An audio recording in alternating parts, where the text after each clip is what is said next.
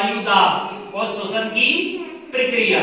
तो वायु के कुछ गुणों को हम कुछ प्रयोग करके जानेंगे कि किस तरह से वायु में कौन कौन से गुण होते हैं। ये एक गुब्बारा मैंने एक बोतल पे लगाया है और खाली बोतल में वायु है। ये जानने के लिए वायु इस तरह गिरती है, मैं देखता हूँ क्या होता है। हमने करके देखा, इसको दबाने पर वायु अंदर की ओर जा रही है, ठीक है, और ये गुब्बारा घूम रहा था। इससे सिद्ध होता है कि वायु क्या कर रही है, स्थान घेर रही है। लेकिन अब इसके अंदर कैसी वायु हो गई है, ठंडी वायु है। जब वायु ठंडी हो जाएगी तो क्या होता है, सिकुड़ जाती है, सब कुछ हो जाती है और इसलिए ये बोतल जो है हमारी सिकुड़ गई है। यदि मैं इसको गर्म पानी में डालूं या धूप में रखूंगा तो ये वापस पुनः फैल जाएगी। क्यों फैल जाएगी, क्योंकि वायु गर्म होकर के फैलती है। क्या करती है, गर्म होकर के फैलती है और ठंडी होकर क्या होती है, संकुचित होती है। आपने धुएं को ऊपर उठता देखा तो वायु क्या हुई, गर्म हुई। वायु गर्म हुई तो क्या होगा, फैलेगी और ऊपर की ओर भी उठती है। तो इससे हम ये जान पाए। दूसरा आप देख रहे हैं कि ये हमारे फेफड़े का एक इस तरह के फेफड़े होते हैं।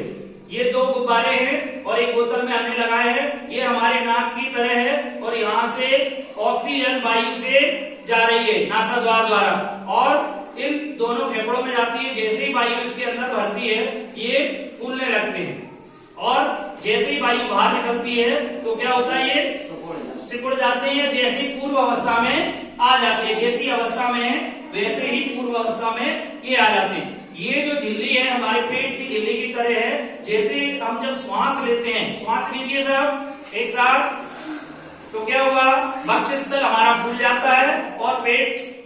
अब जैसे ही हमने श्वास को क्या किया, बाहर किया तो क्या हुआ, देखें आप, बाहर किया तो ये सिकुड़ जाते हैं। तो ये प्रक्रिया हमारे शरीर में होती है फेफड़ों में। और कोविड-19 के दौरान ये दो अंग ऐसे थे, हमारे फेफड़े ऐसे थे जिन पर कोविड-19 के वायरस ने अटैक किया। इस कारण से बहुत सारे लोगों की मृत्यु हो गई। तो ये फेफड़े किस तरह से कार्य करते हैं ये जान पाते हैं।